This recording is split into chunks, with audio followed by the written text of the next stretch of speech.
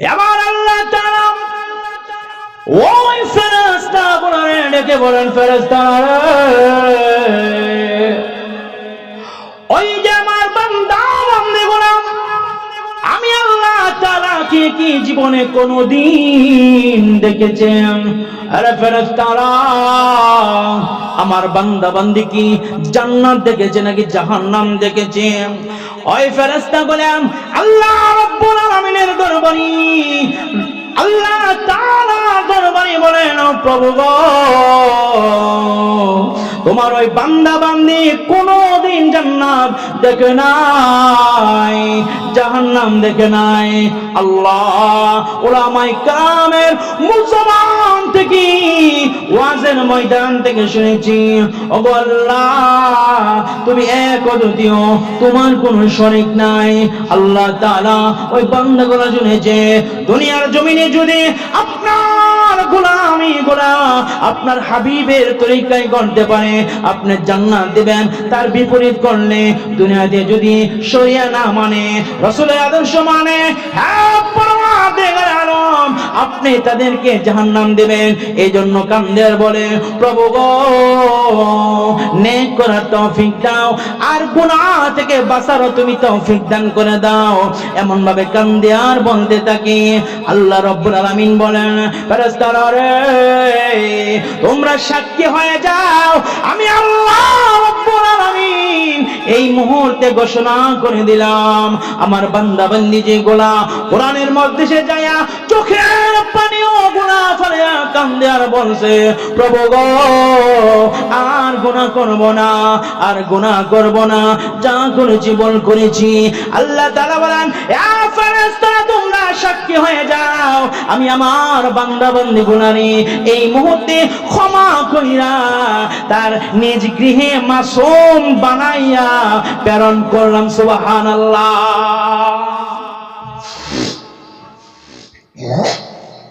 তাহলে যদিও আমরা মানুষ কম, অল্প স্বল্প মানুষ, আমাদের সাথে আছে কেডা? ফেরেশতা রয়েছেন। আমার প্রাণের ভাইয়েরা, এখানে আজকে আপনাদেরকে ইনভাইট করা হয়েছে। কত সুন্দর পরিবেশ, ঠান্ডা যেন না লাগে, বসার সুব্যবস্থা করা হয়েছে, তাও আপনারা আসছেন না। আমার প্রাণের ভাইয়েরা, আজকে যুবকদের কি হয়ে গেল? গান হইলে, যাত্রা হইলে ফুলামন্ত্রীরা দাওয়াত দম লাগে না, এমনি এসে বসে লাগে, ঠিক কিনা? কিন্তু আজকে যেখানে বসলে, রাসূল বলেন, মাজলিসু ফিকহিন খায়রুম মিন ইবাদাতি 60 সানা।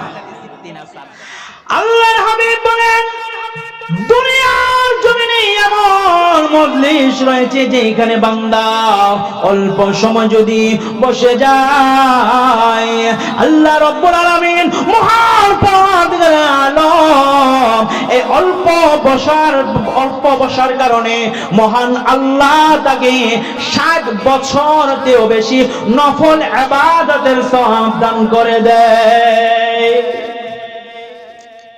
এই কোরআনের মধ্যে মানুষজন বসে যায়। আল্লাহ রাসূল বলেন, 60 সানা, 60 বছর নফল ইবাদত হয়তো বেশি সওয়াব আমার আল্লাহ বান্দার আমল নামায় দান করেন। বলেন না সুবহানাল্লাহ। কিদা সুবহানাল্লাহ মন জানাবো। আল্লাহ আল্লাহ, সামনে দেখো মার খাবে কি দেখো বদনা, দেখবা সিরা বাড়াইলে, কিন্তু কোরআনের মধ্যে আসলে আল্লাহু আকবার, একবার সুবহানাল্লাহ কি ফায়দা জানো? একবার সুবহানাল্লাহ যদি কোন বান্দা বলে গো, আল্লাহ রাব্বুল আলামিন মহান পরওয়ারদিগার আলম ওই বান্দাটা কি আসমান এবং জমিন পরিমাণ নেকি ওই বান্দার আমল নামায় দান করে। সুবহানাল্লাহ। এত দাম। আমার প্রাণের ভাইয়েরা, আপনাদের সামনে সূরাতুল কাহফ থেকে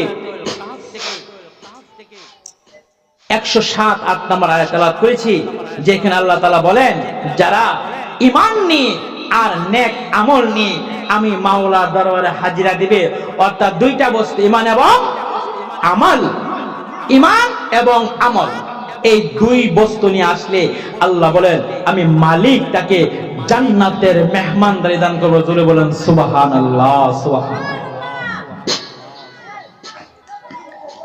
আচ্ছা বলেন তো, এই আসমান এবং জমিনের কোনো খুঁটি আছে? আসমান এবং জমিনের কোনো খুঁটি নাই, কিন্তু আজকে আমি বলবো আসমান এবং জমিনের খুঁটি আছে। সুবহানাল্লাহ কইতেন না? আজকে আসমান এবং জমিনের খুঁটি ইনশাআল্লাহ দেখাবো, যদি দরজা বন যা দেখতে চাননি। আল্লাহর নবী বলেন, একজন ইমানদার যদি এই পৃথিবীর জমিনে থাকে, আল্লাহ রাব্বুল আলামিন আসমান কোনদিন ধ্বংস করবে না, জমিন ধ্বংস করবে না, চন্দ্র সূর্য সবগুলা নিজ নিজ স্থানে বহাল থাকবে, এমনকি তারকারাজি পর্যন্ত খসে পড়বে না।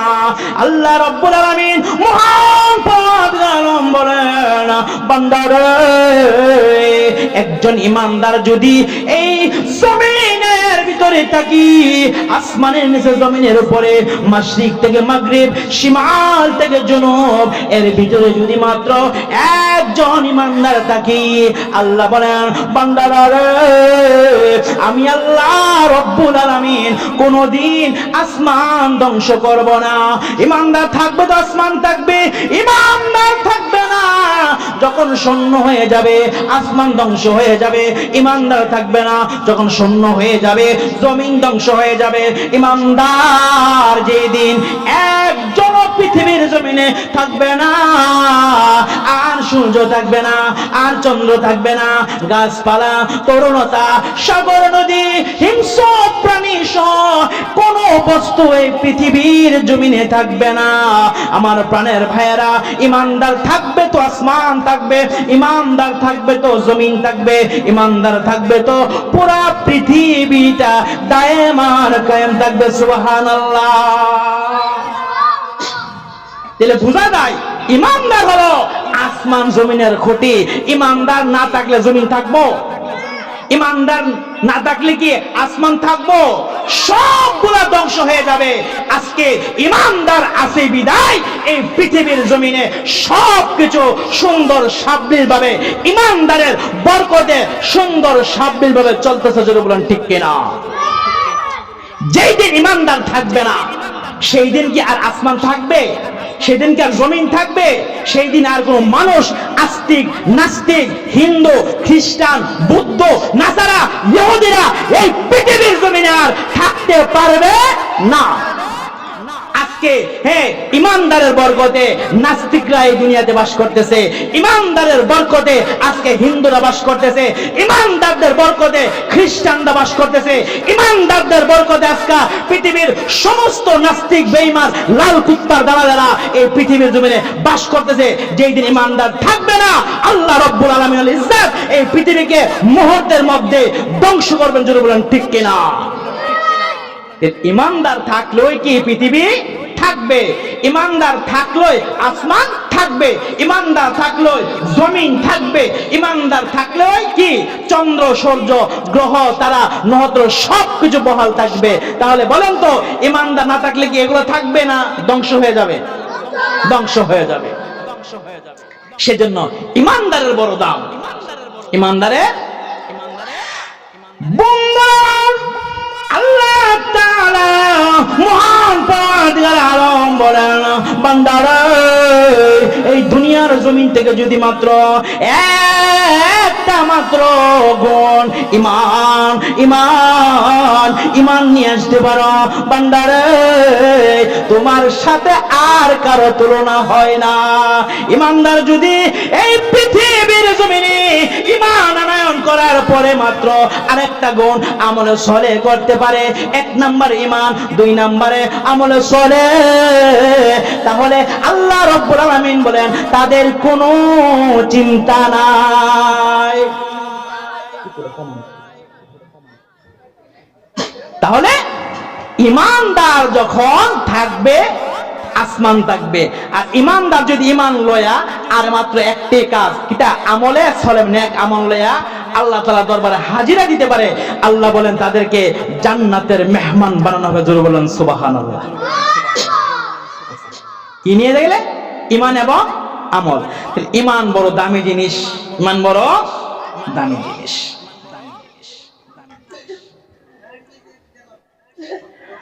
আল্লাহ নবীর সাহাবী হযরত আলী রাদিয়াল্লাহু আনহু গভীর রজনীতে ঘুমের ঘরে স্বপ্নে দেখে, আল্লাহু আকবার, আলী কোথায় যেন সফরের দিকে রওনা হলে স্বপ্নে যোগে দেখতেছিলেন। এমন সময় দেখা যায় কিছু দূর যেতে না যেতেই একজন বিশাল বড় দানবের মধ্যে এক মহিলা এসে বলে, আলী রে, বহুদিন ধরে তোমারে খুঁজে পাই না, আজকে পাইছি, আর তোমারে সারা সারি নাই। কম হইলো তো আপনি কেডা? আমার আপনি চিন্তা না, কিন্তু আমি আপনার ঠিক চিনি, আপনারে বহুদিন ধরে খুঁজতে পাই না, আজকে পাইছি, আর সারা সারি না। আলী কো আল্লাহ কি মুসিবত বললাম, মহিলা মানুষ তো কিছু কোন জানা, ডাকও দেওয়া যেত না, মুসিবত। এমনি করে আলী আল্লাহ তাআলার কাছে বলে, প্রভু হে, আপনি ছাড়া আমার তো আর কেউ নাই, এই মুহূর্তে আপনি আমাকে হেফাজত করেন। এই কথা বলার পরে হাতের ডান দিক থেকে দেখা যায় 5 জন যুবক, সুদর্শন যুবক আলীর পাশে এসে হাজিরা দিয়েছে। সুবহানাল্লাহ। কয়জন যুবক? 5 জন যুবক আয়েশা হাজির। আলী কি কইছে? পরিমে দেখো না, এই লোক, এই মহিলার আমি চিনি না, এই মহিলা আমার বলে আজকে আমারে ইজ্জত খানি করবো, এই করবো সেই করবো, আমার বলে আজকে যাইতে দিত না, মহিলার আমি চিনি না, কোন অপরাধ আমি তার সাথে করি নাই। এই 5 জন আর আলী লোক হইছে কজন? 6 জন। 6 জন লোক মিল্লা মহিলার লোকে দাও পাল্টা আঘাত। মহিলার 6 জন মিল্লা একটা কদম লড়াইতেছে না। চিন্তা করেন কি পরিমাণ, কি শক্তিশালী মহিলা। খুব চিন্তিত হয়ে গেলেন, আরে আজকে মনে হয় ইজ্জত নিয়ে যাইতে পারবো না। ওগো মালিক, তুমি স্যার আমার কোনো মাবুদ নাই, তুমি স্যার আমার কোনো হেফাজতকারী নাই, আল্লাহ গো মেহেরবানি করে একটা ব্যবস্থা করে দাও না। এমনি করে দোয়া করার পরে, এবার দোয়া শেষ করার পরে দেখি হাতের বাম দিক দিয়ে 1 জন নয়, 2 জন নয়, 10 জন নয়, 20 জন নয়, প্রায় 30 জন যুবক আলীর বাম পাশে হাজির হয়ে যায়। কয়জন ইসে? 30 জন লোক। আর এদিক দিয়ে 6 জন, মোট মিল্লা কয়জন ইসে? যোগ করলে 30 আর 6 যোগ দিলে কত? 36 জন যুবক। আল্লাহু আকবার। এবার 36 জন যুবক মিল্লা মহিলার লগে শুরু হইছে দাওয়া পাল্টা আঘাত। আল্লাহু আকবার। 36 জন যুবক মিলা মহিলার একটা কদম, একটা পশম নাইতে পারছে না। ইন্নালিল্লাহ। কেমন মহিলা? 36 জন যুবক মিল্লা সেটা মহিলার লড়াই দিতে পারে না। এটা কি আমরা মমতা বউয়ের মতো?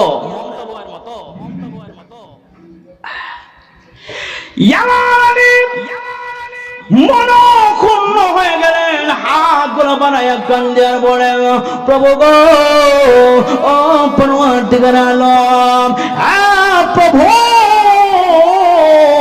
তুমি স্যার আমার কেউ নাই, আল্লাহ ও পরওয়ারদিগার এই মুসিবত থেকে আমাকে হেফাজত করো।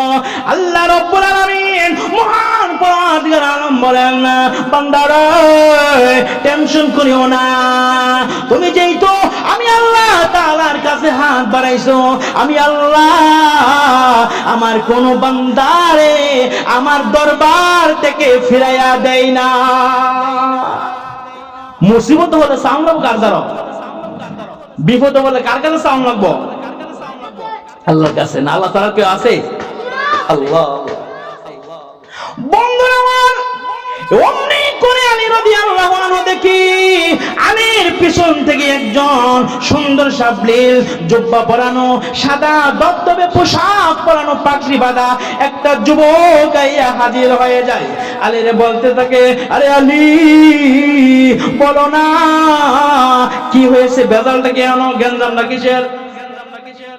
আলে গমিয়া 36 জনে মিলে ওই কোন কুল কিনারা হয় না, তুমি যদি গাইতা আরে করে কোন না কিতা কো দেখেন না এই মহিলার আমি চিনি না।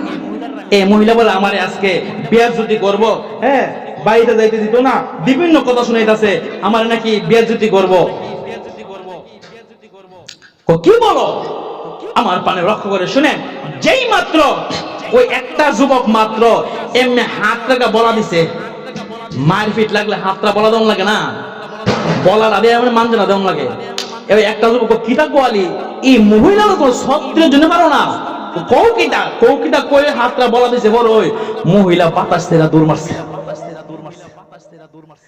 এ পুরুষ চিন্তা করছো নি 36 জন থেকে এবার হওয়ার কম না বেশি?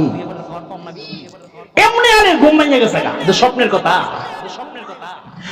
সকালবেলা আলী রাদিয়াল্লাহু আনহু আল্লাহর নবীর কাছে গিয়ে বলেন, আল্লাহ নবী গো, আমি গভীর রজনীতে ঘুমের ঘরে দেখলাম আমি কোথায় যেন সফরে রওনা দিয়েছি, বিশাল বড় একটা মহিলা আমার এসা রাস্তার মধ্যে ব্রেকেট দিছে, বাধা দিছে। ওগো নবীজি, আমি দোয়া করলাম, 5 জন যুবক আসলো, আমি একজন 6 জন মিললাম ওই মহিলার লগে টাওয়া পাল্টা করলাম, 1 ইঞ্চিও নাড়াইতে পারি নাই। আমি মনক্ষুণ্ণ হয়ে গেলাম, এমনি করে আল্লাহর কাছে আবার সাহায্য প্রার্থনা করলাম। আবার দেখি 30 জন যুবক আমার কাছে আসলো, আমরা 6 জন আর 30 জন মিলা 36 জন যুবক মহিলার লগে টাওয়া পাল্টা শুরু হইল। ওগো নবীজি, একটা কদম নাড়াইতে পারি না। ওগো আল্লাহর হাবিব, কিছুক্ষণ যেতে না যেতে আবার আমি দোয়া করলাম, আমি দেখি আর একজন যুবক, সুদর্শন যুবক আসার পরে ওগো পয়গাম্বর, ওই মহিলাটা বাতাস ছাইরা দৌড় দিয়েছে। আল্লাহর হাবিব বলেন, আলী তুমি তো জানো না এই মহিলাটা কারা? কইরা শয়তান। শয়তান চিনো না? হ্যাঁ, আল্লাহ কতবার দেখছো গোসন শয়তান রে? গোসন মেলাবার দেখছে, গোমর মধ্যে নিয়ে আসে এরা। ওয়াশরুম গেলাম, পেশাব করবো, পেশাব করে দিয়ে বিছনা পোশাক করে দিচ্ছে। কতবার গেছো শয়তান লাগে ঘুরতা? আল্লাহ আল্লাহ। আল্লাহর হাবিব বলেন, ইয়া আলী, ওই যে মহিলাটা দেখো, এটা শুধু মহিলা না, এটা শয়তান নামক মহিলার বেশে তোমার সামনে দাঁড়াইছে। আলী রে, তোমার ডান পাশ দিয়া যে 5 জন যুবক আইছে, এটা হলো তোমার জীবনের নামাজ। এটা কি তোমার জীবনের নামাজ?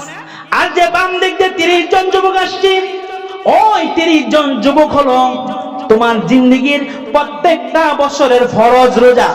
রোজা কয়টা? 30 রোজা আর 5 ওয়াক্ত নামাজ। কইছো 35 জন, তুমি একজন 6 জন মিল্লা শুরু করছো, কারণ মহিলা লোকে 5 জন লোকই পারছে না। তারপর জন ওই যে একটা যুবক, কিন্তু তোমার ইমান কি, যেই মাত্র রোজার সাথে ইমানের সাথে, হ্যাঁ রোজার সঙ্গে নামাজের সঙ্গে যখন ইমান একসাথে হয়ে গেল, সংযুক্ত হয়ে গেল, এড হয়ে গেল, তখন আর শয়তান দাঁড়াইতে পারছে না, এবার চলে গেছে। সেই জন্য ইমানের দাম কম না বেশি? ইমান থাকলে নামাজ পড়লে লাভ হইব, ঠিক না? ইমান থাকলে রোজা রাখলে লাভ হইব, ইমান নাই নামাজ পড়লে কি লাভ হইব? তাহলে আগে ইমান, পরে নামাজ, পরে রোজা, ঠিক কিনা? ইমানের বরদাম। আল্লাহ বলেন, ইমান নিয়ে আসলে আমি আল্লাহ তাআলা তোমাদেরকে জান্নাতের মেহমান বানাবো। বলুন সুবহানাল্লাহ।